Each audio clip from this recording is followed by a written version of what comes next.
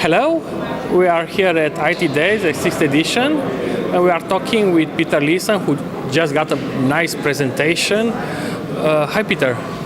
Hello, always nice to be back in Cluj. Welcome. I think this is your second time at IT Days, right? Second time at IT Days, yes. Okay, great. You got a really good audience, a nice question at the end. So let's continue this. One of your slides was showing a general manager on the edge of a cliff, thinking what he should do next, and you talk about challenges and usual mistakes that persons in that position might do. Can you tell us more about this subject? So the talk was about Dave Snowden's Cynefin model, which breaks down situations into four categories. And the most dangerous spot for any business, which is what the cliff was showing, was when you are in what Cynefin calls the obvious status, and there is a risk of falling into the chaotic status because you're applying standard solutions to new problems, and you just keep on deploying the same solution as the problem gets more and more complex, don't understand it, and finally drop into chaos as everything collapses. And then it is very hard to get back to the top of the cliff. You've got to start sorting things out, moving from a chaotic environment, solving the basic issues, moving to a complex environment, and slowly moving your way back to something that works. Okay, and what will be the solution here? What they should be aware of? Oh goodness, you're asking. Maybe it's too much. What should be aware? I mean, what should at least consider? I spoke for an hour, and you want me to give you the 20-second version. It's basically adapting your response to the status you're in.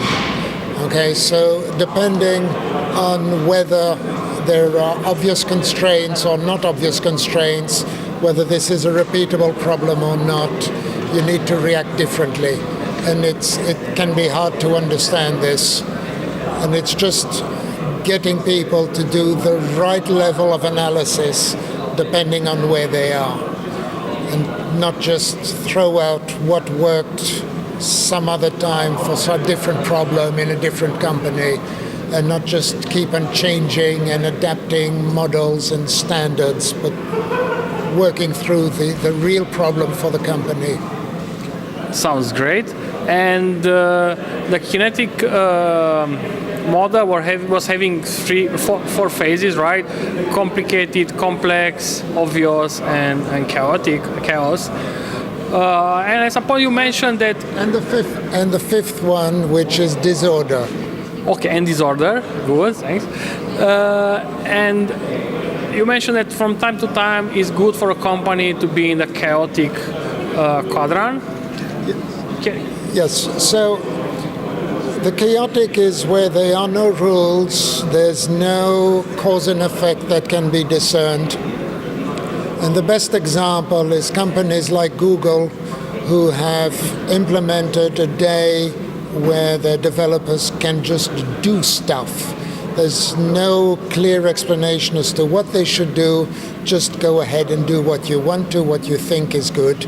And that's where you identify some novel solutions to problems, things that you'd never considered before. So you go a little bit into chaos, but you want to come out very quickly. I see, okay, great.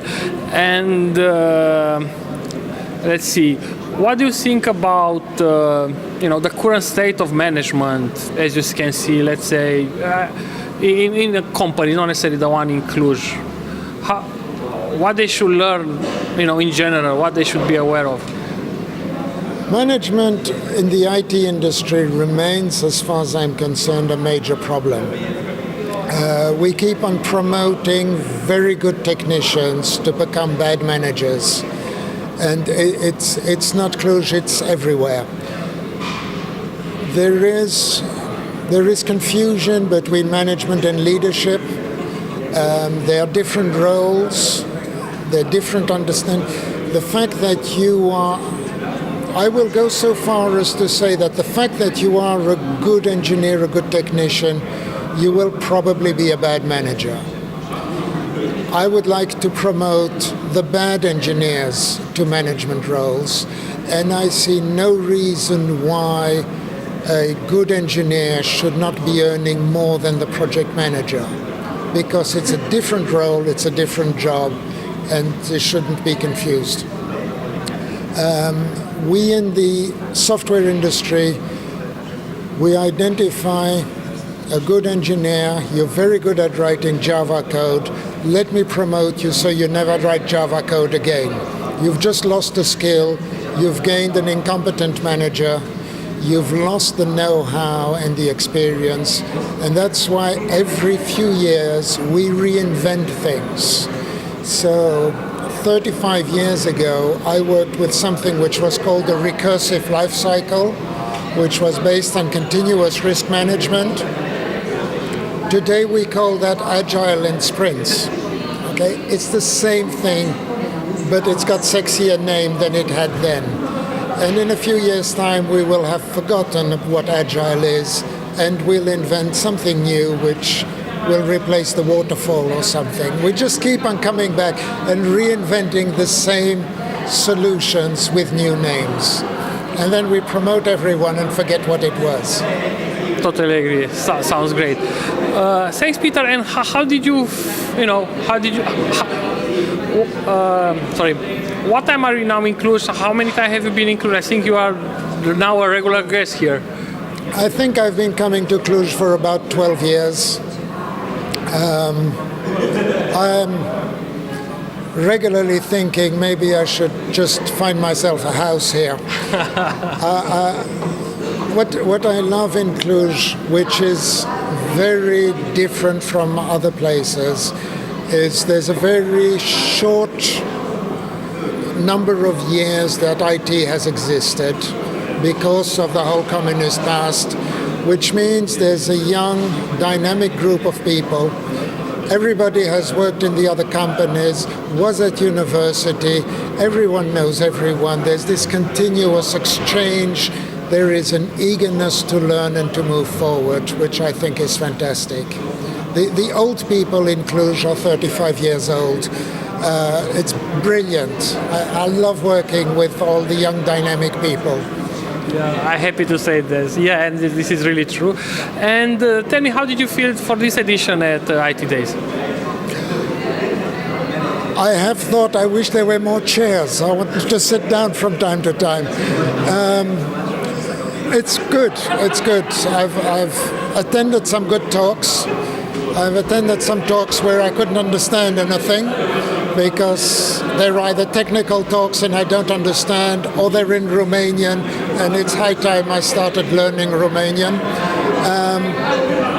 But even the Romanian talks usually had the slides in English, so I could follow what people were talking about. So it's been really interesting. Thank you very much. Thank you, Peter. Thank you.